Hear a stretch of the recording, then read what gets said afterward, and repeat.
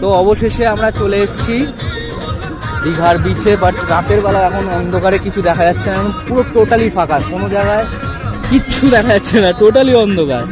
মৌয়ের মুখটা পর্যন্ত তোমরা দেখতে পাবে না, দেখবে সামনে যে একটা প্রাণী দাঁড়িয়ে রয়েছে, এই দেখো। দুজন মিলে অন্ধকারের মধ্যে এসেছি, ওইদিকে সব দোকানপাট আছে কিন্তু কিছু খাওয়ার মতো মন করছে না, বিকজ সব মানে বিভৎস পচা গন্ধ। তোমাদের কি বলবো, মানে দুপুরবেলাতেও একটুখানি বসা যায় এখানে, মানে একদম এখন একদমই বসা যাচ্ছে না, একদম পচা মাছের গন্ধে টেকা যাচ্ছে না। চলো চলো আমরা এখন বেরিয়ে যাই।